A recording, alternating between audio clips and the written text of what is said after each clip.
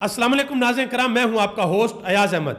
नाज़रीन कराम, 26वीं आईनी तरमीम पाकिस्तान के सेनेट के अंदर पेश कर दी गई है और उसको मंजूर भी कर लिया गया है। अभी जब मैं आपके सामने वीडियो बना रहा हूं तो पाकिस्तान की कौमी असम्बली का इजलास शुरू होने के लिए जा रहा है, वहां पर भी इस तरमीम को पेश किया जाएगा।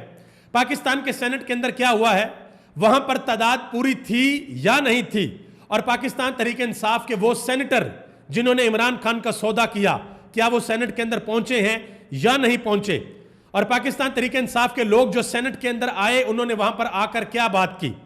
इसके अलावा बहुत से सवालात हैं कि क्या ये आईनी तरमीम अपनी जगह के ऊपर बरकरार रहेगी, क्या इस आईनी तरमीम को चैलेंज किया जाएगा, इमरान खान का अगला लाहे अमल क्या होगा, और सुप्रीम कोर्ट ऑफ पाकिस्तान के 8 जजेस इसके ऊपर रिएक्ट करेंगे या नहीं करेंगे।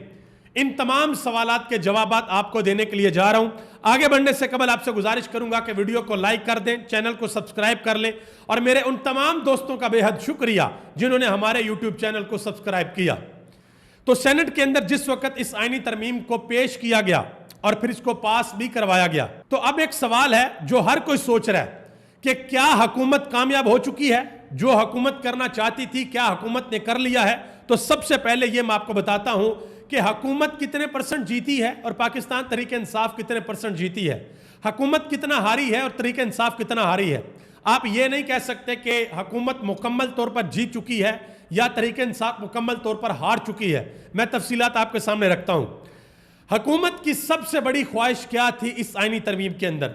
हुकूमत यह चाहती थी कि काजी फायज ईसा साहब सुप्रीम कोर्ट की बिल्डिंग के अंदर ही रहें, हम एक आईनी अदालत बनाएं और उस आईनी अदालत के सरबराह काजी फायज ईसा साहब लगे, और उसके बाद इमरान खान को भी फिक्स किया जाए और पाकिस्तान तहरीक इंसाफ के ऊपर भी पाबंदी लगा दी जाए। इसके अलावा हुकूमत मिलिट्री कोर्ट्स बनाना चाहती थी। ना तो हुकूमत आईनी अदालत बना पाई है, ना हुकूमत काजी फायज ईसा को बचा पाई है, और ना हुकूमत से मिलिट्री कोर्ट्स बनी है। यह हुकूमत की नाकामी है। अब हुकूमत की कामयाबी क्या है?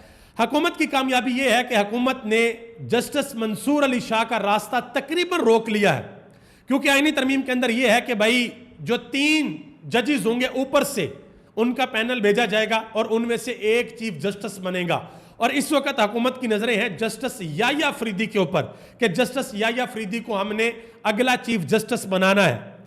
इसके अलावा जो एक और नुकसान हुआ हुकूमत का, वह नुकसान यह है कि अब हुकूमत को खदशा है और डर है कि सड़कों के ऊपर पाकिस्तान तहरीक इंसाफ मुज़ाहमत करेगी, और हुकूमत को यह भी डर और खौफ है कि अदलिया के साथ हमारा आमना सामना होगा, अदलिया के साथ हमारा तसादुम होगा।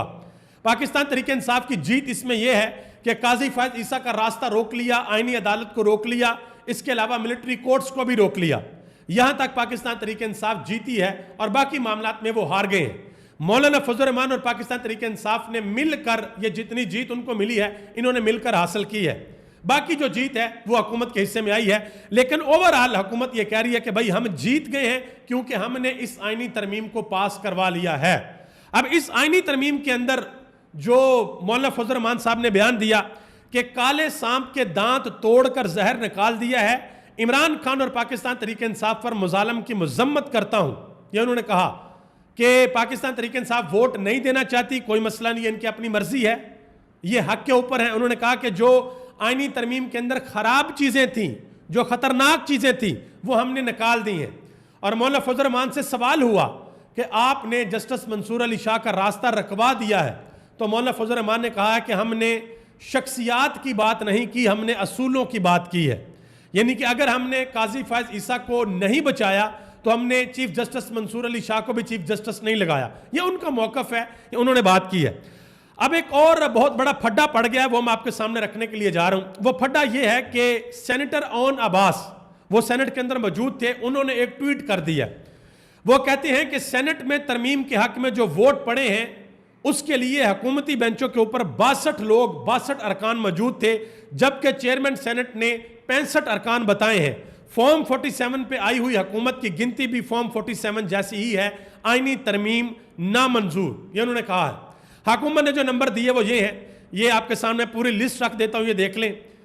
ये लिस्ट है और इसमें ये जो हाईलाइट एरिया बीएनपी का, ये सबसे ज्यादा जो की रोल प्ले किया है वो इन लोगों ने किया है, क्योंकि हैरानकुन तौर पर पाकिस्तान तहरीक इंसाफ के सेंटर जो हैं वो नहीं आए, ان کو سینٹ کے اندر نہیں بلایا گیا. اور فیصل واڈا نے اس کے بارے میں کہا ہے کہ جو ڈگی کے اندر ہم نے لوگ بند کیے ہوئے تھے, جو پرندے تھے, ان کو تو ابھی ہم لے کر نہیں آئے, ان کے بغیر ہی ہم نے آئینی ترمیم پاس کروا لی ہے. یہ فیصل واڈا نے بات کی ہے. انہوں نے کہا کہ یہ وکٹری یہ والی نہیں ہے بلکہ یہ وکٹری یہ والی ہے. اس طریقے سے انہوں نے بات کی ہے. مزید ایک بڑا سوال ہے کہ پاکستان کے وکلا اس آئینی ترمیم کے اوپر کس طریقے سے ریئیکٹ کریں گے. حامد خان نے بات کی ہے. انہوں نے کہا کہ یہ ترمیم عدلیہ کے اندر ہی چیلنج ہوگی, ہم اس ترمیم کو نہیں مانتے, ہم اس کی اینٹ سے اینٹ بجا دیں گے. اب اس کی اینٹ سے اینٹ کس طریقے سے بجائی جاتی ہے وہ آنے والے دنوں میں پتہ لگے گا. اچھا, ایک اور بڑا ٹیکنیکل پوائنٹ ہے.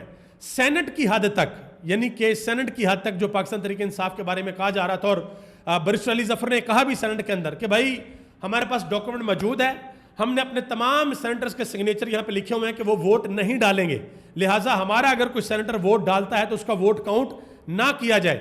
2 سینیٹر آئے جو کہ اغوا تھے. اختر مینگل صاحب نے کہا کہ میرے 2 سینیٹر اغوا ہیں, وہ آئے ہیں اور چہروں پر ماسک تھا اور انہوں نے آ کر ووٹ دیے ہیں اور وہ انہوں نے کی رول پلے کیا. لیکن ایک بات میں آپ کو بتاتا چلوں, اگر آج اختر مینگل کے 2 سینیٹر بھی نہ ہوتے اور مولانا فضل الرحمان بھی ووٹ نہ ڈالتے تو حکومتی لوگ اتنے کانفیڈنس کے ساتھ بات کر رہے تھے کہ جیسے انہوں نے پاکستان تحریک انصاف کے 10-12 سینیٹر رکھے ہوئے ہیں اپنے پاس. یہ میں آپ کو بتا دوں. تو تحریک انصاف کی جو سینئر قیادت ہے ان کی ذمہ داری بنتی ہے کہ انہوں نے جو نام لیے ہیں نا 13 بندوں کے, 2 کے نام تو بتا دیے ہیں, باقی جو 11 بندے ہیں قومی اسمبلی کے اندر, ان کے نام ان کو قوم کے سامنے ضرور رکھنے چاہیے کہ وہ 11 بندے کون ہیں جنہوں نے عمران خان کے ساتھ وفا نہیں کی, عمران خان کا سودا کیا ہے. یہ بڑی امپورٹنٹ بات ہے. قومی اسمبلی کا اجلاس ابھی جب میں آپ کے سامنے ویڈیو بنا رہا ہوں تو ہو رہا ہے, اس کے اندر جو کچھ ہوگا انشاءاللہ اگلے ویلوگ کے اندر آپ کو بتاؤں گا. اس وقت قومی اسمبلی میں 4 لوگ آئیں گے پاکستان تحریک انصاف کے, 4 لوٹے یا جنہوں نے اپنے ضمیر کی آواز سن لی یا جو بک گئے, جو اس کو جو مرضی کہہ لیں آپ. حکومت کہتی ہے انہوں نے ضمیر کی بات سن لی, پی ٹی آئی کہتی ہے کہ نہیں وہ بک گئے ہیں, وہ لوٹے بن گئے. 4 لوگ ضرور آئیں گے کیونکہ ان کے علاوہ کسی بھی صورت نمبر پورا نہیں ہوگا اور نمبر پورا کرنے کے لیے ان کو لانا پڑے گا. اور جب یہ آئینی ترمیم پاس ہو جائے گی اس کے بعد پھر ایک اگلا مرحلہ شروع ہوگا, ایک بڑا فیز شروع ہوگا اور وہ فیز 2 جگہوں کے اوپر پیرالل چلے گا. ایک فیز عدالت کے اندر چلے گا اور دوسرا فیز سڑکوں کے اوپر ہوگا. یعنی کہ عمران خان بالکل سیدھا لانگ مارچ کی یا احتجاج کی کال دیں گے, اس کے علاوہ عمران خان کچھ بھی نہیں کریں گے. کیونکہ آئینی ترمیم جب ہو جائے گی, اگلا چیف جسٹس بن جائے گا, آئینی بینچ بن جائے گا, تو اس کے بعد حکومت کی جو سب سے بڑی خواہش ہوگی وہ کیا ہوگی, عمران خان کو فکس کرنا ہے اور پاکستان تحریک انصاف کو فکس کرنا ہے. لیکن یاد رکھیے گا کہ پلان ہر کوئی بناتا ہے لیکن لازمی نہیں کہ ہر پلان ایگزیکیوٹ کر جائے. آج پہلا حصہ مکمل ہو گیا ہے اور حکومت نے مکمل کر لیا ہے. جس طریقے سے وہ کرنا چاہتے تھے نا ویسے نہیں ہوا, لیکن انہوں نے مکمل کر لیا ہے. یہ بات ہم سب کو ماننی پڑے گی. بہت سے لوگ کہہ رہے تھے کہ یہ آئینی ترمیم نہیں ہوگی, ہو ہی نہیں سکتی. حکومت نے کر لیا بھائی, جیسے جیسے طے انہوں نے کرنی تھی انہوں نے کر لیا.